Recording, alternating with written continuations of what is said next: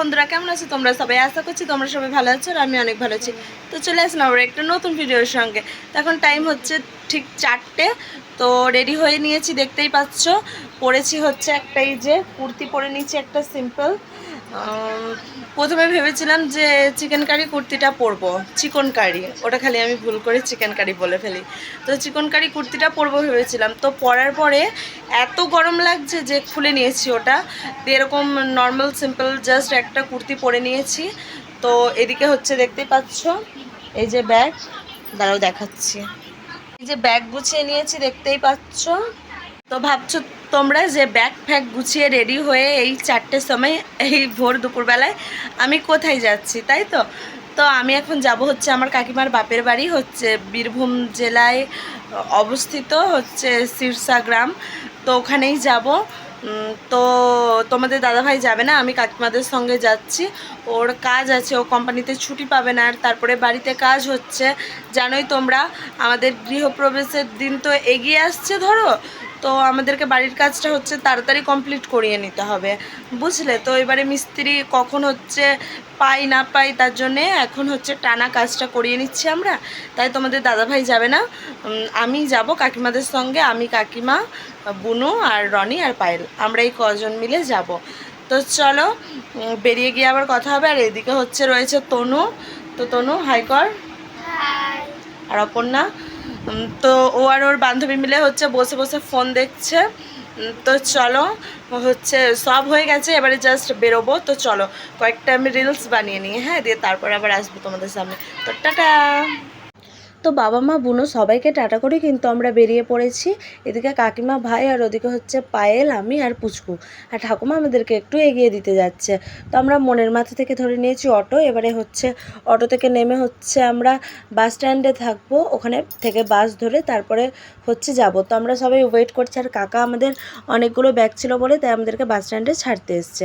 তো বাসের জন্য ওয়েট করতে করতে বাস চলে এলো, আর তারপরে বাসের মধ্যে চেপে পড়েছি। আর পুচকে আমাদেরকে কিন্তু প্রচণ্ড ডিস্টার্ব করেছে। এখন তোমরা অবশ্য সেটা বুঝতে পারবে না, কারণ এখনও চুপ করে আছে।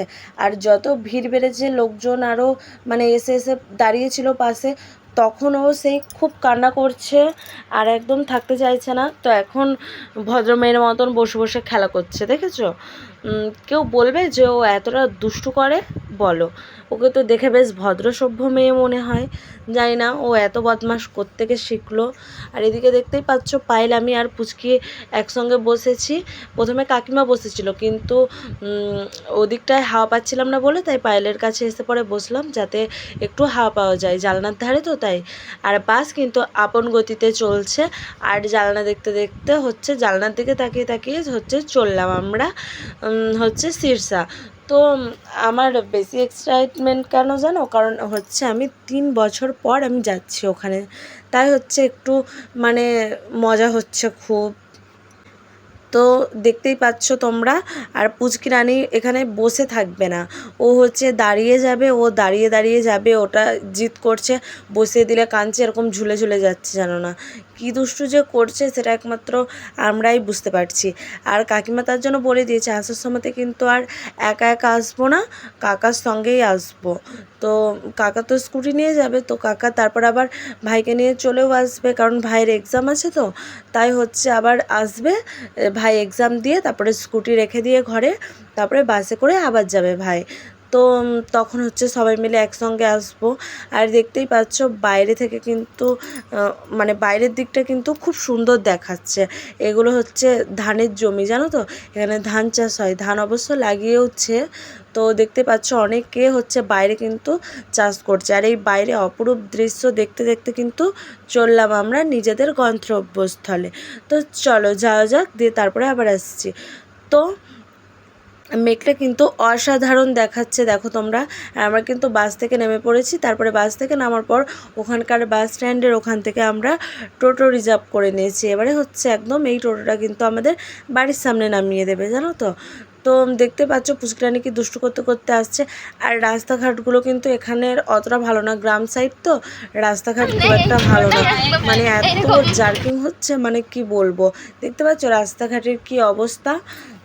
আর কিন্তু মানে সূর্য মামা দেখতেই পাচ্ছ কেমন মেঘের মাঝখান দিয়ে উঁকি দিচ্ছে, মানে অপূর্ব একটা দৃশ্য, কি বলবো, খুব সুন্দর লেগেছে। এগুলো সাধারণত গ্রামে অঞ্চলে না গেলে উপভোগ করা যায় না, তাই না? তো কাঠমাদের গ্রামের মধ্যে আমরা ঢুকেই পড়েছি। তো এক পাশে হচ্ছে দেখতেই পাচ্ছ পুকুর, গাছপালার এক পাশে কিন্তু ধানের ক্ষেত। তো ওই মাঝখান দিয়ে বয়ে যাচ্ছে হচ্ছে রাস্তাটা, আর সেখান থেকে আমরা হচ্ছে চলে যাচ্ছি একদম গ্রামের ভেতরের এটা প্রবেশ পথ। তো 2 ঘন্টা জার্নি করার পর আমরা অবশেষে পৌঁছালাম বাড়ি। আর এই যে যার জন্য মেন আসা, সেই হচ্ছে এই পুচকিরানি, এরই অন্নপ্রাশনে কিন্তু আজকে আমরা এখানে এসেছি। তো চলো আজকের ভিডিওটা এই পর্যন্ত থাক, আবার আসবো কোনো একটা নতুন ভিডিওর সঙ্গে। তো টাটা।